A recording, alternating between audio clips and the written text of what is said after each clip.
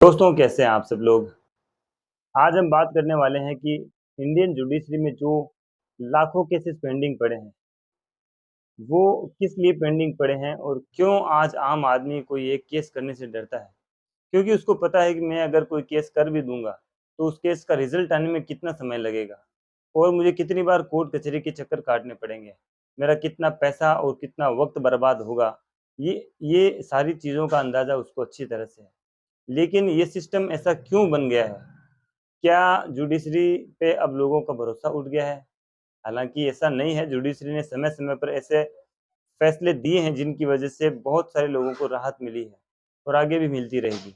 लेकिन ये जो धारणा बनी हुई है आम आदमी के दिल और दिमाग में कि कोर्ट कचहरी के चक्कर काटेंगे तो बर्बाद हो जाएँगे, घर-परिवार हमारा बिक जाएगा, ज़मीन-जायदाद बिक जाएगी, पैसे से और हर एक तरह से इंसान को जो है लॉस ही लॉस होने वाला है। तो ये जो इस तरह की धारणा बनी है, ये क्यों बनी है?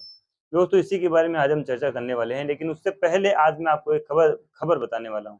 वो खबर ये है कि जो भारत के राष्ट्रपति और भारत के जो मुख्य न्यायाधीश हैं, उन्होंने मिलकर एक बहुत ही ज़बरदस्त फैसला लिया है। उन्होंने जो है 6 जिला जजों को बर्खास्त कर दिया है। जी हाँ दोस्तों, 6 जजों को बर्खास्त कर दिया है। ये बर्खास्त उन्होंने किस लिए किया है, इसके बारे में भी मैं आपको बताऊँगा और इस फैसले का मेरी उस बात से जो इंडियन जुडिशरी का जो सिस्टम है, वो और ये जो फैसला है, ये किस तरह आपस में कनेक्टेड हैं, इसके बारे में भी मैं आपको बताऊँगा। दोस्तों देखिए, सबसे पहली बात तो ये समझिए कि जब कोई व्यक्ति केस करने की सोचता है, तो सबसे पहले उसे पुलिस थाने जाना पड़ता है। पुलिस थाने में क्या बर्ताव उसके साथ होता है ये आप अच्छी तरह जानते हैं। उसके बाद मान लीजिए एफआईआर दर्ज हो जाती है। एफआईआर दर्ज होने के बाद पूरी जाँच कंप्लीट होगी, उसके बाद जो है मामला पुलिस थाने से होकर कोर्ट कचहरी में जाता है। अब कोर्ट कचहरी में उसे जो है चक्कर लगाने पड़ते हैं, कई बार जज साहब छुट्टी पे होते हैं, कई बार जो है आपको तारीख मिल जाती है, कई बार सामने वाला वकील साहब तारीख लेके चले जाते हैं।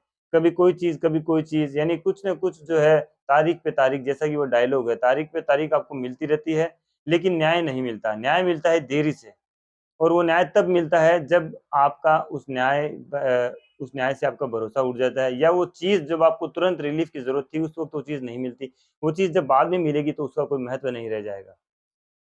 या फिर कई बार मामलों में हमने ऐसा भी देखा है कि जो सिविल और जो रेवेन्यू प्रकृति के मामले होते हैं, उन केसों में तो 20-20, 30-30 साल तक लग जाते हैं। यानी केस करने वाला जो होता है, वो तो इस दुनिया से चला जाता है। बाद में उसके जो बेटे और जो पोते होते हैं, वो उस केस को लड़ते हैं। ऐसी जो है खतरनाक कंडीशन भी कई बार कोर्ट कचहरी में और इस जुडिशरी सिस्टम में देखने को मिलती है। तो दोस्तों ये सिस्टम किसके ऊपर डिपेंड करता है, आप ज़रा सोचिए। ये सिस्टम डिपेंड करता है इस सिस्टम में रहने वाले लोगों के ऊपर। अब इस सिस्टम में कौन रहते हैं? सबसे पहले देखिए, जो एडवोकेट होता है वो इस सिस्टम का हिस्सा है, सबसे बड़ा हिस्सा। और नंबर 2 पे जो आता है वो है जो उस जुडिशरी सिस्टम को चलाता है। यानी जो जज होता है उसके ऊपर वो सारा दारोमदार होता है। तो एडवोकेट और जज, ये 2 एक जुडिशरी सिस्टम के बहुत बड़े पिलर होते हैं, इनके ऊपर ये सिस्टम टिका होता है। तो दोस्तों अगर इनमें से कोई एक भी अपना काम अगर सही तरीके से नहीं करेगा, तो उसे जो है उस कुर्सी पर बैठने का कोई अधिकार नहीं। हर एक व्यक्ति को अपना काम दिया गया है, वो अगर अपना काम ईमानदारी से करे, तो इस जुडिशरी सिस्टम में जितने सारे केसेस पेंडिंग हैं और जितनी लोगों को परेशानियाँ हो रही है और जो लोग आज कोर्ट कचहरी जाने से कतराते हैं, वो क्यों कतराते हैं? क्योंकि उनके दिलो-दिमाग में जो डर बैठा हुआ है, उसको निकालना बहुत ज़रूरी है। जब वो डर निकल जाएगा, जब न्याय सुलभ हो जाएगा हर एक व्यक्ति के लिए, न्याय आसानी से मिलने लगेगा हर एक व्यक्ति को, तो फिर जो है लोगों का भरोसा वापस बनेगा इस सिस्टम में और इस सिस्टम में रहने वाले लोगों में। तो जो बात मैंने आपको बताई थी पहले कि सीजे और राष्ट्रपति जी ने 6 जजों को बर्खास्त किया है, अब हम उसके ऊपर बात करते हैं।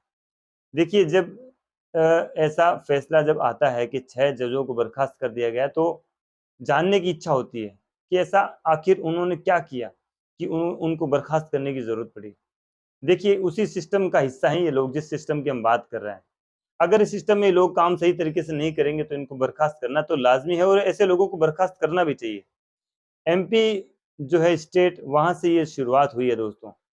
यहाँ पे 6 जजों को इसलिए बर्खास्त कर दिया गया क्योंकि उन्होंने जो है न्याय प्रक्रिया में देरी की और जो केसेज़ उनके सामने आए थे, जो रिकॉर्ड उनका अब तक रहा, उसमें यही पाया गया कि इन लोगों ने जानबूझ के केसों में ढिलाई बरती और न्याय देने में लोगों को देरी की। जो 498 और जो मैट्रिमोनियल केसेस होते हैं, इस तरह के मामलों में इन्होंने जो है बहुत ज़्यादा ढिलाई बरती।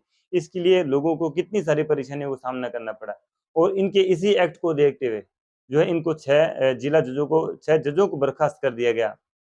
तो अब ऐसी बर्खास्तगी से बाकी जो जजेस हैं, जो जुडिशरी को बहुत ही लचीलेपन से चलाते हैं, ढीलेपन से चलाते हैं, ऐसे जजों को भी अक्ल आएगी और वो अपना काम जो है बेहतर तरीके से करेंगे।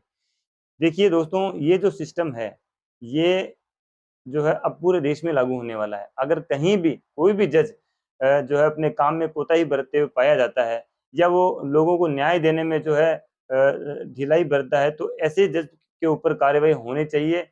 और जब ये सिस्टम पूरे देश में लागू हो जाएगा तो सोचिए जिन लोगों के ऊपर झूठे मुकदमे चल रहे हैं या जो लोग वास्तव में पीड़ित हैं, वो अपना केस अगर अच्छे तरीके से लड़ना चाहते हैं, तो उन लोगों को कितना फ़ायदा होने वाला है। तो दोस्तों, ये जो सिस्टम है, ये आपके ऊपर भी डिपेंड करता है।